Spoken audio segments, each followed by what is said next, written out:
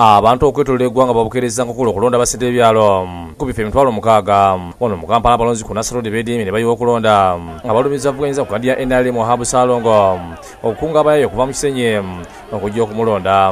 Baagala kutuba abatali bakozi bo ku kyalo kuno abatali batuuze bo ku kyalo kuno be bajja wano okulonda. Tugenda okulaba mmoloka zisomba abantu abatali batuuze. Abantu bo mu kisenyi balondere Nasser Road.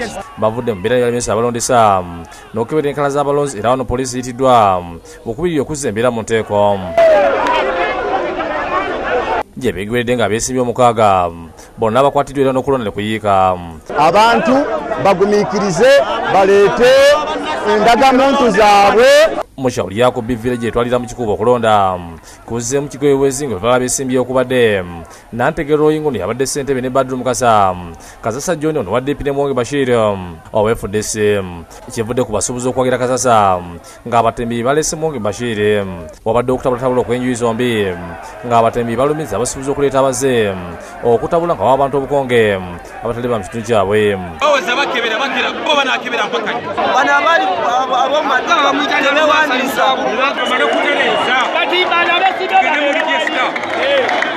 Poliisi kakanya obujagalo ebadde bulindaala okulaba nga abantu bakuba emirembe weziwedde saamusamba okulonda kugaana ne bajjawo emmeeza ezibadde zirondebwako era ekiddi abadde kusitula Kasasa mu bbanga n'abasuubuzi ne basitula Mwonge nti nabo bebawangudde.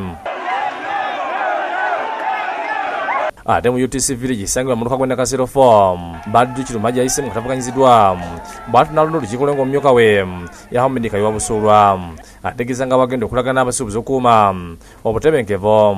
Era nkubuliza abatuuze baffe bonna aba UTC village ofiisi weeri ofiisi nzigule yo emuyenga ku tankiro abeesimbye mu bifo bino badde babiri okuli Yasin Omalo ne Tenywa Geoffrey kusanta n'ekitundu abantu basimbye emigongo gwabuliyemu era nga wano Yasin Omalo azeemu n'akawangula bawagizi bamusitudde mu bbanga ng'akabonero akalaga obuwanguzi.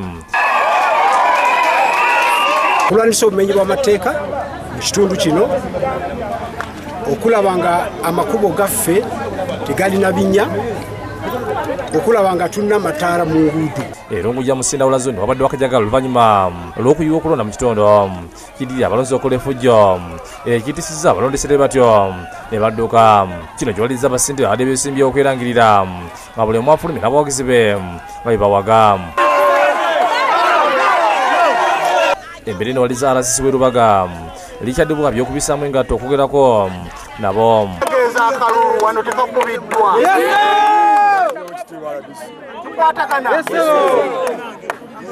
Ekyokubiri teri akkirizibwa kwerangirira nti yawangudde.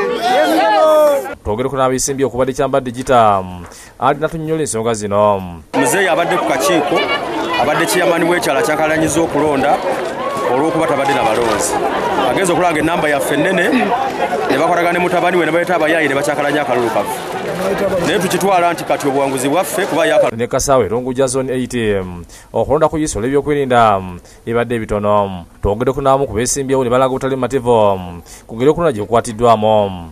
Ng'ab'ebyokulonda tebalina security.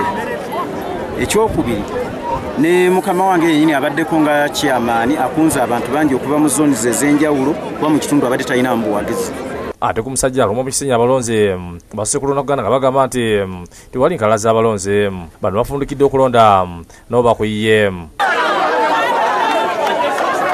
Mu Lubaga B okulonda kuyise nga bagamba nti abamu kubavuganya bakubisizaamu obukungu bw'ebikipuli ne babugabira abantu abateewandisiza. Batutompapula ne bagenda abo kyamu fotokopi ne batandika obusapply.